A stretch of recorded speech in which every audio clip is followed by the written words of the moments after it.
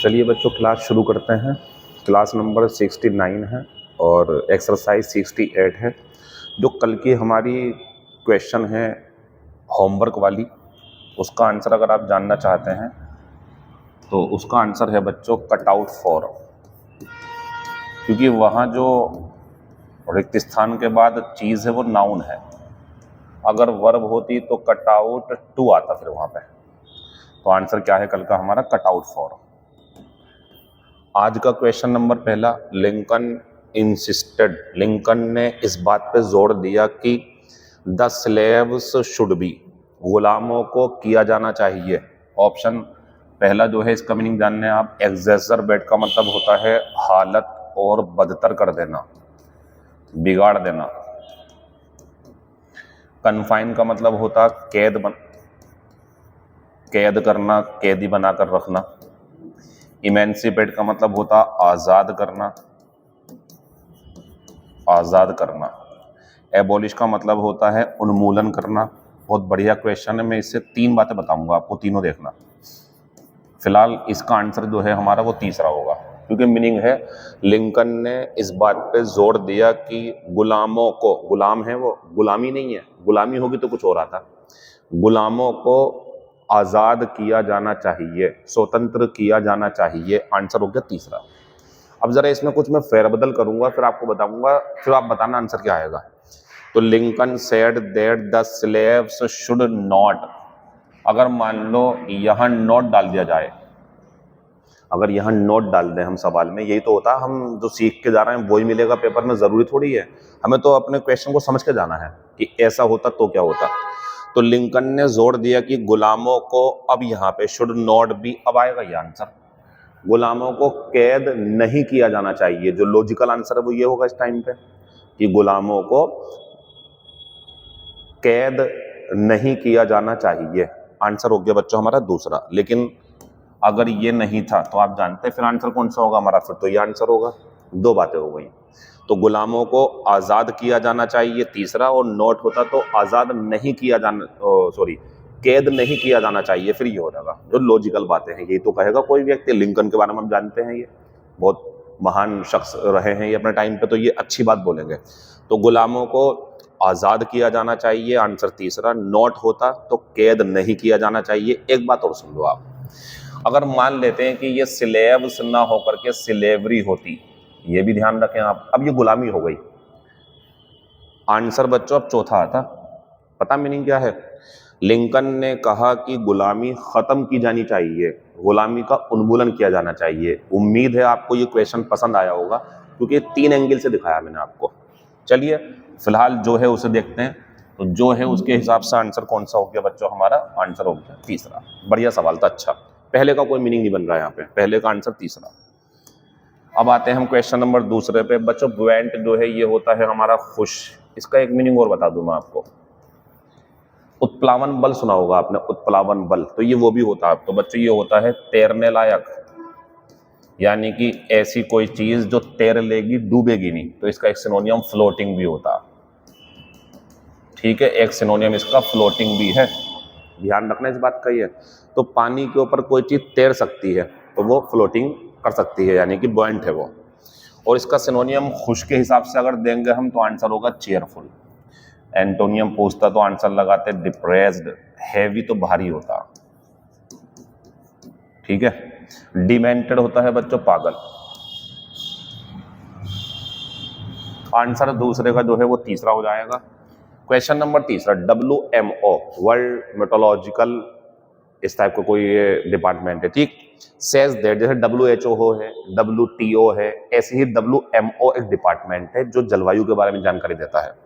तो WMO says that, WMO ये कहता है कि ए वार्मिंग क्लाइमेट, अब रुक जाओ आप, क्या जलवायु अगर गर्म होती है तो जलवायु का गर्म होना अच्छा संकेत है? ग्लोबल वार्मिंग जो होती है, नहीं ना, इसका ध्यान रखें आप, ग्लोबल वार्मिंग अच्छी नहीं होती है। अब निगेटिव सा कोई आंसर लाना है हमें, और सॉल्यूशन भी मिलेगा आपको इसके लिए।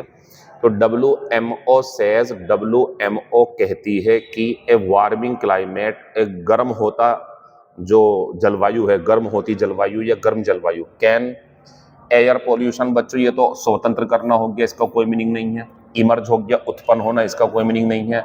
एल्यूसिडेट हो गया समझाना किसी को, इसका कोई मीनिंग नहीं है। आंसर दूसरा है, क्योंकि ये बात सच है, जब ग्लोबल वार्मिंग बढ़ेगी तो एयर पॉल्यूशन और ज्यादा होगा, फिर तो ये चीज जो है और ज्यादा बढ़ जाएगी, और बुरी चीज का बढ़ना एक्सेसरबेट। आंसर तीसरे का दूसरा हो जाएगा। क्वेश्चन नंबर तीसरा, study of the earth, answer होगा जियोलॉजी। स्टडी ऑफ किसका है ये, एनिमल्स, जानवरों का अध्ययन जूलॉजी, प्लांट्स का अध्ययन बॉटनी, और आर्कियोलॉजी क्या है बच्चों, रिमेनिंग पास्ट मटेरियल्स। इसका अध्ययन अगर आप करेंगे कि पहले चीजें कैसी हुआ करती थी, तो बच्चों आर्कियोलॉजी आएगा। फिलहाल 4 का आंसर चौथा है, भूमि का अध्ययन, पृथ्वी का अध्ययन जियोलॉजी कहलाता। क्वेश्चन नंबर 5, एन्युई, ये होती है हमारी क्या, मानसिक थकान। पूछा क्या है बच्चों इन्होंने, सिनोनियम, तो मानसिक थकान का जो सिनोनियम है वो तो पहला बन जाएगा। एक सिनोनियम और था इसका, बोर्डम। एक सिनोनियम और देता हूं मैं आपको, फैटिग्यू।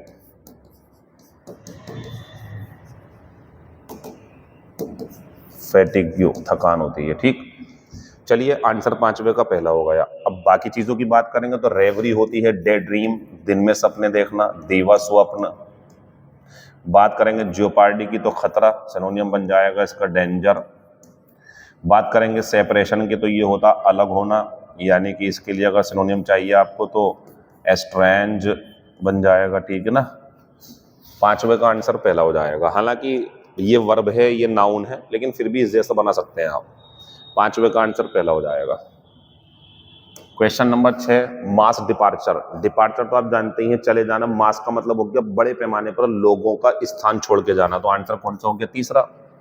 अच्छा, एक्साइल की अगर बात करेंगे तो एक्साइल का मतलब होता है देश निकाला करना, देश से निकाल देना, गांव से निकाल देना, ये इसका मतलब होता है एक्साइल। एग्जिट का मतलब होता है बाहर जाने का रास्ता या बाहर चले जाना। बोर्डम जो है बच्चों ये एन्वी होती है, मानसिक थकान, एन्वी, बोर्डम, वेयरनेस, फैटिग्यू। 6 का आंसर तीसरा। 7 की अगर मैं बात करूं तो बढ़िया सवाल है, इसकी चाहत भी होगी आपको कि ऐसा सवाल मैं दूं आज आपको। तो आई एम वेरी, मैं हूं, ऑफ योर, पहले तो ये क्लियर हो गया कि यह एडजेक्टिव चाहिए, तो इन दोनों को तो हटा दो यहां से, ये नाउन है। अब ये दोनों बचे। बच्चों कल बताया था मैंने आपको, एनवियस होता है जो है ईर्ष्या, दूसरों की चीजों से, कि दूसरों के पास ये है मेरे पास क्यों नहीं है, ठीक है ना। और ये भी जो है ईर्ष्या ही होती है। अच्छा वैसे तो ये ईर्ष्यालु होने चाहिए क्योंकि एडजेक्टिव है, लेकिन मैं ईर्ष्या से पढ़ा रहा हूँ। तो ईर्ष्या जो है इसमें होता है बच्चों, हमारी चीज दूसरा ना छीन ले, हमारी चीज ना छीन ले कोई, ऐसा अगर है तो फिर ये आता। अब आप बताइए, मैं हूं तुम्हारी नई कोट, जो तुमने नया कोट पहना हुआ है इससे, तो मैं तुम्हारे कोट से क्या होऊंगा बच्चों, आंसर है पहला। दूसरों की चीज से, तो दूसरों की सफलता से, दूसरों की आंखों से, दूसरों के हेयर स्टाइल से, दूसरों की पोजेशन जितने भी हैं उनके पास, उनसे अगर आपको चिढ़ है, जलन है, तो आंसर पहला आएगा। इट्स लवली, ये बहुत प्यारा है, मुझे तुम्हारे कोट से एलर्जी है, मुझे तुम्हारे कोट से एनवी है, एनवियस हूं मैं। कॉवेटेड, बच्चों इसे आप नया समझ रहे हो, ये तो कलाकारी होती है, तो ध्यान है आपको ऐसा। कॉवेटस, बच्चों कॉवेट शब्द जो है ना ये वर्ब है, कॉवेट, ये होता है लालच करना, लालायित रहना, लालच करना, किसी चीज की चाहत करना, यहीं से तो सब कुछ बना है, चाहत करना। तो कॉवेटेड जिसकी चाहत करी गई हो, आंसर हो गया डिजायर्ड सिनोनियम। कॉवेटस का सिनोनियम आपको बताया नहीं था मैंने, एवराइस, लालच। यह जो था आपका वोरेशियस, लालची, ठीक है, पहले हो चुका है ये। आंसर चौथा होगा। इनकी बात करेंगे तो रिनाउंस होता त्यागना, यानी कि रेलिनक्विस्ट, रेलिनक्विस्ड। कवर्ड की बात करेंगे तो ढका हुआ, यानी कि हिडन, छिपा हुआ। अगर डिस्पाइज की बात करेंगे तो घृणा करना, तो इसके लिए बन जाएगा हैट। और कॉवेटेड के तो सिनोनियम है हमारे, वो चौथा बन जाएगा कॉविट, लालच करना। कॉवेटेड लालच किया हुआ, जिसकी चाहत हो, एवेराइज, कॉविटस, वोरेसिटी, वोरेशियस। अच्छा एक बात और आती है सर, इसका जरा सही से मीनिंग बताओ आप क्या है, तो सुनो, ये एडजेक्टिव है बच्चों, लालची। तो इसका जो सिनोनियम है एक्चुअल में वो ग्रीडी, ग्रीड नहीं, या वोरेशियस, वोरेसिटी नहीं, वो तो नाउन होता है ना। तो आंसर 8वें का चौथा हो जाएगा। आया हुआ है बच्चों कभी है सीपीओ में। ऑस्पेशियस एसएससी सीरियल 25/11/2022 में और हो चुका है, ये होता है शगुन। शकुन का मतलब होता है अच्छा, पक्ष में जो अच्छा साबित होगा। तो बच्चों मेरा तो सिनोनियम फेवरेबल होगा। फेवरेबल होता है पक्ष में अपने हिसाब से चीज़ों का होना। जैसे मान लीजिए कि किसी मौलवी ने या किसी पंडित ने आपको मान लेते हैं कि किसी जो है मौलवी साहब ने या पंडित जी ने आपको बताया कि भाई ये वाली डेट तुम्हारे लिए बढ़िया रहेगी, इसमें अपना शुभारंभ कर लो आप। तो उनकी इन बातों से जो आप करने वाले हो तो आपको लगा ऑस्पिशियस डेट है वो आपके फेवर में होगी, तो ये इसका सिनोनियम है। प्लेफुल होता है चंचल, यानी कि ये कहला देगा हमारा एक्टिव, हमेशा सक्रिय रहता है। हैप्लेस होता है बच्चों अभागा, जिसका नसीब अच्छा ना हो, यानी कि अनफॉर्चुनेट, अनफॉर्चुनेट या अनलकी सिनोनियम है इसके ये। और सस्पिशियस की बात करेंगे तो संदिग्ध हो गया, यानी कि ये हो गया डाउटफुल। ये हो गया हमारा क्वेश्चन नंबर 9, आंसर 9 का पहला। क्वेश्चन नंबर 10 है अपोज, एंटोनियम पूछ रहे हैं, तो अपोज की हिंदी तो विरोध करना होगा ही ना, विरोध करना। तो बच्चों आंसर तो एनकरेज आएगा ना। एक हो गया अपोज में जाना, किसी के उसको काम करने को रोकना, विरोध जताना, ये हो गया प्रोत्साहन करना कि कर लो काम को। एम्बॉडी का मतलब होता है उदाहरण प्रस्तुत करना, उदाहरण देना, उदाहरण देना किसी चीज का। रजिस्ट इसका सिनोनियम है विरोध करना। इलेक्टिव होता है चुना गया, इलेक्शन नहीं होते, चुना गया वो है, ये इलेक्टिव है वो। 10 का आंसर दूसरा है। ये आता हमारा डे 69। आज का जो पहला क्वेश्चन है वो ये रहा, देखिए अच्छा सवाल है। The aim of the report, इस रिपोर्ट का जो उद्देश्य है, is to blank the main points of the new regulations. बच्चों रेगुलेशंस होते हैं नियम कानून, नियम कानून वगैरह जो कहीं पर लागू होंगे। तो आप मुझे बताओ कि इस रिपोर्ट का जो मुख्य उद्देश्य है, मुख्य लक्ष्य है, मुख्य इरादा है, इज टू वो है। अब यहाँ आते हैं, ये वही तो होता समझाना, एक्सप्लेन करना, ये होता स्वतंत्र करना, आजाद करना, ये होता मिलाना, मिलाकर एक करना, ये होता अजनबी बनाना, पराया करना। तो इन सब जगह पे एक रिपोर्ट तैयार करी गई है, तो वो जो नियम कानून है नए वाले, उनके पॉइंट्स को समझाने के लिए ही तो बनाई गई होगी। तो बच्चों ये रिपोर्ट तैयार करी गई है ताकि आपको ये समझाया जा सके कि नए नियम क्या हैं। इसका आंसर यही रहेगा, बाकी कुछ नहीं है। पहले का आंसर पहला, यही वर्ड पावर है आपकी। क्वेश्चन नंबर दूसरा भी मैंने ऐसे दिया। आजकल ऐसे क्वेश्चन बहुत आ रहे हैं पेपर में, एंटोनियम सिनोनिम तो आ ही रहे हैं, ये भी आ रहे हैं। क्लोज से इसका हिस्सा है एक तरीके से ये। The blank of gases such as carbon dioxide should be stabilized। आपने एक शब्द सुना होगा स्टेबलाइजर। स्टेबलाइजर का काम क्या होता है बच्चों? अगर हमें अपने घर में 220 वोल्ट की बिजली चाहिए और अगर ये होने की हो जाए 260 या ये हो जाए 180, तो हमारे घर के जो उपकरण हैं वो खराब हो जाएंगे। तो इन दोनों के बीच में मेंटेन करने के लिए 220 स्टेबलाइजर लगाया जाता है घरों में, ठीक। एक बार तो ये बना हुआ किससे है? ये बना हुआ बच्चों स्टेबल एक शब्द होता है, ये होता स्थिर, ठहरा हुआ। एक बात, स्टेबलाइज अगर वर्ब कर देंगे आप, स्टेबलाइज, तो ये होता है बच्चों स्थिर करना, उसे रोकना। तो स्टेबलाइज्ड का मतलब हो गया जो है इस टाइम उसी पर अगर रोक दी जाए, अगर उसी पर रोक दी जाए। अब सुनेंगे the blank of gases such as, अच्छा मीनिंग भी लिखने पड़ेंगे इन सबके, पहले मीनिंग दिखाता हूं मैं आपको। बच्चों कंजर्वेशन तो आप जानते हैं संरक्षण होता है, जो चीजें खत्म हो जाएंगी उनको बचा के चलना। एब्जॉर्प्शन का मतलब होता है अवशोषण, यानी कि अपने अंदर उसे सोख लेना। डिमोलिशन आपको पता ही है, ये होता है विध्वंस, गिराना, तोड़ फोड़ करना।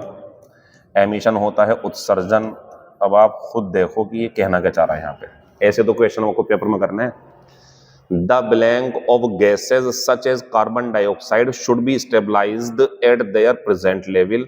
तो बच्चों मैं जो मीनिंग बना रहा हूं मैं चौथे वाले से बना रहा हूं, यानी कि इससे। और मीनिंग सुनो, ऐसी गैसों का उत्सर्जन जैसे कि कार्बन डाइऑक्साइड, इसे अब इसे नियत कर देना चाहिए, इससे ज्यादा ना हो जाए वर्तमान लेवल पे, यानी कि इससे कम तो हो जाए, इससे ऊपर नहीं जाना चाहिए। तो स्टेबलाइज करेंगे किस चीज को? उत्सर्जन को, क्योंकि कार्बन डाइऑक्साइड जो है वो नुकसानदायक होती है, ज्यादा इसका उत्सर्जन हमारे लिए मुसीबत बन जाएगा। खत्म हो गया। ऐसी गैसों का उत्सर्जन, एब्जॉर्प्शन नहीं, एब्जॉर्प्शन तो सोखना हो जाएगा, ये हो गया उत्सर्जन करना। जैसा आपने कोई चीज जलाई, परमाणु बम या कोई भी आविष्कार किया, उसमें से गैस निकली, वो तो निकल रही है, एमिशन हो गया वो। तो गैसों का उत्सर्जन जैसे कि कार्बन डाइऑक्साइड, इसको स्टेबलाइज करने की जरूरत है वर्तमान वाले स्तर पर। चौथा आंसर है। क्वेश्चन नंबर 3, एरोडाइट, ये होता है बच्चों विद्वान, बहुत पढ़ा लिखा। इसका अगर सिनोनियम चाहिए तो स्कॉलरली, एक सिनोनियम इसका और है, वो होता है लर्नड, LEARNED। ये भी बच्चों इसका सिनोनियम है, ये भी विद्वान होता है, बहुत पढ़ा लिखा। सिनोनियम हो गया आंसर दूसरा। अच्छा, अगर इग्नोरेंट की बात करो तो एंटोनियम, क्योंकि ये तो अनजान होता है ना, अनविज्ञ, जिसे कुछ पता ना हो। अच्छा, एल्यूसिडेट की अगर मैं बात करूंगा तो ये वर्ब है, इसके साथ आ नहीं पाएगी। ये होता है एक्सप्लेन करना, या इल्यूमिनेट, ये इसके सिनोनियम बन जाएंगे। अगर मैं बात करूं डायनेमिक की, तो डायनेमिक जो होता है सिनोनियम ऊर्जावान होता है, तो ये बन जाएगा एक्टिव या एनर्जेटिक।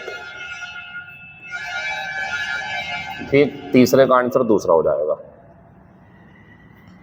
अगर मैं बात करूं 4 की, एनकोमियम बेहतरीन शब्द है, नाउन होता है ये होता है प्रशंसा। एंटोनियम पूछा है तो आंसर दूसरा क्रिटिसिज्म या सेंसर भी बन जाएगा। ठीक है, सिनोनियम पूछते तो प्रेज और सिनोनियम पूछते तो यूलोजी, क्योंकि ये प्रशंसा होती है। कॉनन का सिनोनियम पूछ रहे हैं तो ये परेशानी होती है, पजल। अभी एक नया शब्द आया था आपके लिए, एनिग्मा। अच्छा, अगर ये आ गया ना एनिग्मेटिक, तो ये कॉम्प्लिकेटेड हो गया बच्चों, मतलब मुश्किल भरा, कॉम्प्लिकेटेड वो हो गया ना, पजल्ड, उलझा हुआ, तो एनिग्मा। या इसके लिए आ जाएगा आपका प्रॉब्लम या रिडल। चलिए, 4 का आंसर जो है हमारा वो दूसरा हो जाएगा। अगर बात करेंगे 5वें की, तो पहले हो चुका है, ये एक्सक्विजिट होता है बच्चों सुंदर। सिनोनियम पूछता तो ब्यूटीफुल, सिनोनियम पूछता ग्रेसफुल, सिनोनियम पूछता एलिगेंट। तीनों सिनोनियम है इसके, लेकिन हमने पूछा क्या है? एंटोनियम। बढ़िया सवाल है। क्रूड, बच्चों अगर आप किसी व्यक्ति को या किसी चीज को क्रूड बोलते हैं तो आप बोलते हैं कच्ची अवस्था में है, वो गंदी अवस्था में है, उसे समझ नहीं है चीजों की। और अगर इसका एंटोनियम मुझसे चाहोगे आप, तो रिफाइंड। रिफाइंड में क्या होता है? वो चीज साफ कर दी जाती है, साफ बढ़िया करके। तो इसका जो एंटोनियम था वो क्रूड था, कच्चा, बेकार, बदतमीजी या गंदा। Question number 6, battery acid has, battery का जो तेजाब है उसने द इंजन को खराब कर दिया। अब मीनिंग देखते हैं। इरप्ट का मतलब होता है बच्चों विस्फोट होना, लेकिन ये विस्फोट होना कौन सा है समझ लेना जरा आप इसे। ये बच्चों खास तौर से 2 जगह यूज होता है, एक तो ज्वालामुखी का फटना हो कहीं पर, या बच्चों किसी को गुस्सा है तो गुस्से का विस्फोट, गुस्से का विस्फोट होना, एकदम से फट पड़ना व्यक्ति का। और ज्वालामुखी का फटना है तो इरप्ट आएगा। ये तो वर्ब हो गई, इसी से एक नाउन बनता है बच्चों, कभी काम आ जाएगा, हो सकता है कल पूछ लो, इरप्शन, फटना, एकदम से ज्वालामुखी का फटना। ठीक, अब आते हैं एमिट पे। ये तो आप जानते ही हैं, उत्सर्जन करना, ये वर्ब है, उत्सर्जन करना। अगर इसका सिनोनियम, सॉरी, इसका अगर नाउन चाहिए तो अभी आंसर लगा के आए हो आप, एमिशन, उत्सर्जन। अलॉट की हिंदी होती आवंटित करना, आवंटित करना। आवंटित करने से हमारा मतलब ये है कि सरकार ने किसी को मकान अलॉट कर दिया कि आपको ये मकान दिया जा रहा है, इसमें रह लो आप, या पैसे उनके लिए अलॉट कर दिए, तो अलॉटेड होता है। इसकी एक खास बात और है, स्पेलिंग आती है इसकी, ये फर्स्ट फॉर्म होती है, और जब सेकंड फॉर्म लगाते हैं डबल टी हो जाता है, डबल TED। ठीक, अगर मैं बात करूं इरोड की, अच्छा, इसका अगर नाउन चाहिए आपको तो अलॉटमेंट, अब सिंगल रहेगा, अलॉटमेंट। और इरोड की बात करूंगा तो ये होता है बच्चों 6 हो जाना, या अपर्दन हो जाना। अब ये समझ लो क्या है ये। देखो बच्चों, इरोड शब्द आपकी 3-4 जगह काम आएगा। अगर किसी जगह की मिट्टी सॉफ्ट होने लगे और वहां से जगह छोड़ने लगे तो इरोड हो रही है वो, एक बात। अगर कोई चट्टान बहुत बड़ी थी पहले, लेकिन बारिश हुई, हवा से या किसी पानी के संपर्क में आके गलनी शुरू हो गई और वो टूटने लगी, कमजोर हो गई, टूट के खत्म होने लगी, इरोड हो रही है वो। तो किसी चीज का केमिकली या नेचुरली जो चीजें हैं उनसे धीरे धीरे खत्म हो जाना, क्षण हो जाना, दीमक खा जाती है लकड़ी को, इस तरीके से हो जाना चीजों का इरोड होता है। तो बैटरी का जो तेजाब है बच्चों, उसने इंजन को यही तो कर दिया, खराब कर दिया, गला दिया उसे। तो ये गलाना है एक तरीके से। आंसर 6 का चौथा हो जाएगा। क्वेश्चन नंबर 7 ध्यान से देखें आप, ये एग्जैसरबेट नहीं है, ये अलग चीज है। इसका सिनोनियम वर्जन है, इसका सिनोनियम एग्जेजरेट है, बढ़ाना, और सॉरी एग्रेवेट है, गलत बोल गया मैं। एग्रेवेट, स्थिति को बिगाड़ देना, वो नहीं था इसका सिनोनियम। ठीक है ना, ये अलग चीज है, ये अलग है बच्चों, नया है आज, धोखा लग रहा होगा आपको इससे। एग्जेस्परेटेड ये अलग चीज है बच्चों, ये होता है चिड़चिड़ा, किसी चीज से बहुत ज्यादा गुस्सा, नाराज, ये अलग चीज है। तो ये एग्जेसरबेट है, एग्जेसरबेटेड बन जाएगा ये, ठीक है ना, वो एग्जेस्परेटेड है। तो आंसर जो है इसका सिनोनियम है वो तीसरा होगा। अगर एग्रेवेट की बात करेंगे तो सिनोनियम ये रहा इसका।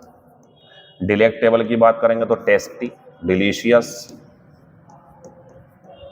टेस्टी, डिलीशियस पुराना शब्द है ये। और डेविलिश की बात करेंगे तो इसका सिनोनियम होता है डायबोलिकल, शैतानी, डायबोलिकल, शैतानी, ठीक है ना। 7वें का आंसर तीसरा हो जाएगा। क्वेश्चन नंबर 8 देखिए, कुछ अजीब सा सवाल है आपके सामने। ये ए लिस्ट है, वो बी लिस्ट है, ये क्वेश्चन है, इसमें वो आंसर भरने जो सामने है। तो मैं आंसर बताऊंगा, फिर नीचे से आंसर उठा लेंगे हम, ठीक है ना। तो एज फेदर, फेदर होता है बच्चों पंख। अब इन सब में जो पंख को सूट करेगा शब्द वो मैं बता दूं आपको, ये पूरी ईडियम होती है। ये होता as light as a feather, इतना हल्का जितना कि पंख। मान लीजिए आपने कुछ उठाया और आप कहना चाह रहे ये तो बड़ा हल्का है, लग रहा था भारी सा बहुत, लेकिन फॉर्म निकली वो अंदर से, तो आप कह सकते हैं यार मैं तो सोच रहा था बहुत भारी, but it is as light as a feather, ये तो बहुत हल्का है, मतलब ये है इसका मतलब। और एज एयर बच्चों, हवा कहीं भी जा सकती है, तो एज फ्री एज एयर, इनका ध्यान रखना। ये रिक्त स्थान कर देगा, ये दे देगा, ये उल्टा कर देगा, ये दे देगा, ये रिक्त स्थान कर देगा, तो पेयर है पूरे अपने आप में ये। या फेदर के अलावा कुछ और लाना सही नहीं है, फेदर ही हल्के का फीलिंग देता है ना, और हवा स्वतंत्रता की फीलिंग देती है। जो लीड होता है ना शीशा, ये हैवी होता है बच्चों बहुत ज्यादा, तो एज हैवी एज लीड, और एज वाइट एज स्नो। तो बच्चों ये जो हमारा बर्फ है ये बहुत सफेद होता है ना, तो ये व्हाइट को दिखाएगा यहाँ पर। यहाँ मिल्क भी आ सकता है, एज व्हाइट एज मिल्क, दोनों के लिए बन जाएगा ये। चलिए, अब हमने देखा कि पहले में आया लाइट यानी कि डी, दूसरे में आया फ्री, नहीं सॉरी, तो वहां ऑप्शन सी है बच्चों, यहाँ पे ऑप्शन सी कर देना। तो धोखे से लाइट हो गया, उसके लिए सॉरी, मैं करवा दूंगा सही बाद में, फिलहाल आप इस पे सी कर लेना। तो लाइट का आ गया सी, दूसरे का आ गया हमारा डी, तीसरे का आ गया हमारा हैवी यानी कि बी, चौथे का आ गया हमारा ए। तो C D B A answer हो गया हमारा पहला, सी डी बी ए। बाकी सब गलत है, आप चेक कर लेना इन्हें। 8वें का आंसर पहला हो गया। क्वेश्चन नंबर 9 टू अपोलोजाइज, इसका मतलब होता है माफी मांगना, माफी मांगना होता है बच्चों इसका मतलब। इसकी एक खासियत और है कि अपोलोजाइज, और जिस व्यक्ति से मांगोगे आप माफी, वो ऐसे नहीं आएगा कभी, गलत है ये। अपोलोजाइज टू, ये टू लेता अपने साथ, जैसे सजेस्ट टू लेता ना, ऐसे ये लेता। तो अपोलोजाइज टू व्यक्ति फॉर समथिंग, तो माफी मांगो उससे, माफी मांगना है ये बच्चों। ये होता है ईट हम्बल पाई, आंसर है तीसरा, ये भी माफी मांगना है, ठीक, ये आंसर हो गया इसका। एक आउट की बात करेंगे तो ये होती है अतिरिक्त कमाई, सप्लीमेंट इनकम। जैसे मान लीजिए आप जॉब पे संतुष्ट नहीं हो अपनी कमाई से, तो आप कुछ और करना चाहते हैं, एक्स्ट्रा ट्यूशन पढ़ाना चाहते हैं या बिजनेस, तो वो आप एक आउट करना चाहते हो, अपनी इनकम को बढ़ाना चाहते हो, ये हो जाएगा। एंड इन स्मोक का मतलब होता है बर्बाद हो जाना, यानी कि एंड इन फिएस्को, बर्बाद हो जाना, र्यून, बर्बाद हो जाना, दोनों का आंसर यही हो जाएगा। अगर बात करूं ईट वर्ड्स, वर्ड्स तो ये होता है अपने शब्द वापस लेना, टू टेक वंस, जो आपने कहा है उसे वापस ले लेना। कई बार आपको देखने को मिल जाएगा ये नेता लोग जो होते हैं वो बहुत बड़ी बड़ी बातें करते हैं, फिर बाद में जब शिकंजा कसा जाता है उनके ऊपर कानूनन रूप से, तो उन्हें माफी मांगनी पड़ती, तो कहते हैं मैं अपने शब्द वापस लेता हूं, तो ईट वंस वर्ड्स करना पड़ता है। आंसर 9 का तीसरा हो जाएगा। Question number 10, find out the correctly spelled word cigarette गलत है, CIGARETTE, सिगरेट। कैमेलियन गलत है, ये गिरगिट होता, CHAMELEON, कैमेलियन। पैराशूट गलत है, पैराशूट की स्पेलिंग होती PARACHUT, पैराशूट। ओनोमेटोपिया, ये भी गलत है, गलत कर दी उसने, ठीक है ना। चलो ये भी गलत है, आज सही है ही नहीं हमारे पास कोई, इसे सही कर देते हैं हम। ओनोमेटोपिया।